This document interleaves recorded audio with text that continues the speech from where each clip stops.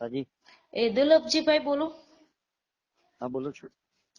એ આપણે નાની વાવડી થી રોડ ના પ્રશ્ન માટે અમે આવ્યા હતા એક દિવસ, બરોબર 10 દિવસ પહેલા. બરોબર.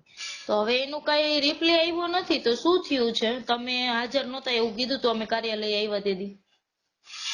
એની જે તમારા રસ્તા માટેની ધીરે ધીરે એક એક ગ્રાન્ટ નાખવાની જયંતિબેન કહી દીધું છે.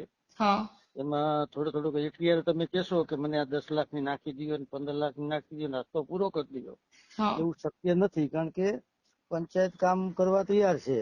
હકીકત આપણો સર્વે નંબર આવે છે નગરપાલિકામાં, હા છતાંય આમને તમારી સુવિધા મળે એમાં અમે કોઈ ના ન હોય. બરોબર, તમે તે સહકાર આપજો. મેં જયંતિભાઈને કહી દીધું છે ગ્રાન્ટ અત્યારે નાખશે, એક ચાલુ કરાવશે, અને તમે બધા ભેગા થઈને નક્કી કરો ક્યાંથી ચાલુ કરવું એમ.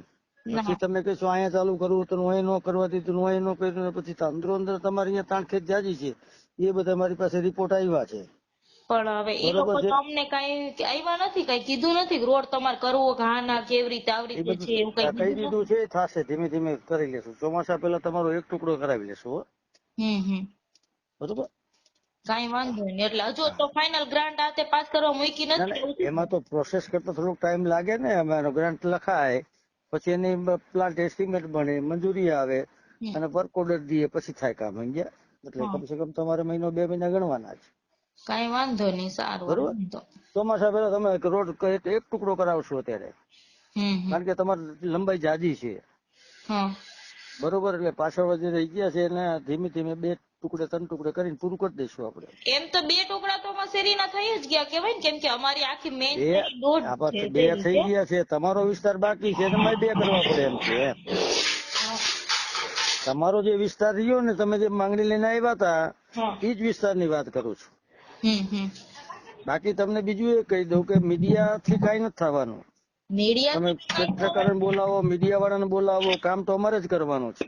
વાત સાચી, કામ કરવા. હમણાં તમારી જે ઓલી જે ભાઈ જયંતિભાઈ ની કેસેટ તમે બહાર પાડી, આ વ્યાજબી વસ્તુ નથી થતી, છતાં અમે અમારી પોઝિટિવ છે બધી. સમજો? પણ એમ નહીં, જયારે ઈ મળ્યા હતા અમે 8 મહિના પહેલા તમે આ પ્રશ્ન લઈને આવ્યા હતા, ત્યારે આવું કેટલા ટાઈમ થી કે છે? હવે એવું નથી અમને 8 મહિના પહેલા પણ વિષય તમે કીધું ને, તમે વિસ્તાર છે તમારો નગરપાલિકામાં, તમે મતદાન કરો છો એનો અર્થથી નથી કે તમને અહીંયાથી, કારણ કે જ્યાં રેવન્યુ વિસ્તાર હોય ત્યાં પૈસા રેવન્યુ જે વિસ્તારમાં હોય પૈસા વાપરી શકે. સમજ્યા? પણ વાત સાચી, તો જયંતિ બાપા એમ કહી દે કે અમારામાં આવતું નથી, તમે નગરપાલિકા જો, તો અમે ક્યાં વહી જાય? અમારે તો એને કઈ લેવા દેવા નથી.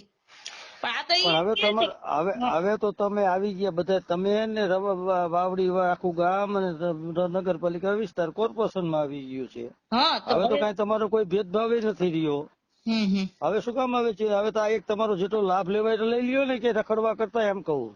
પણ ઈ તો અમે ના કરતા, કઈ રિપોર્ટ આવે ઉપરથી કે આ રોડ આટલો બનવાનો છે, મંજૂર થયો આ તે, તો ખબર પડે ને. હવે એમનામ તમને ક્યાંથી ખબર પડે કે આ પાડી છે કે ના? 15 દિવસ તો થઈ ગયા. હા બરોબર છે. તમે હવે એક વસ્તુ છે કે રોડ તમારે કરવાનો છે ને બધા? હા કરવાનું જ છે. ધીરજ રાખીને રાખજો, મીડિયમ કે જાતા નહીં. બરોબર, હું જયંતિભાઈ કહું હો. કઈ વાંધો નહીં. હા.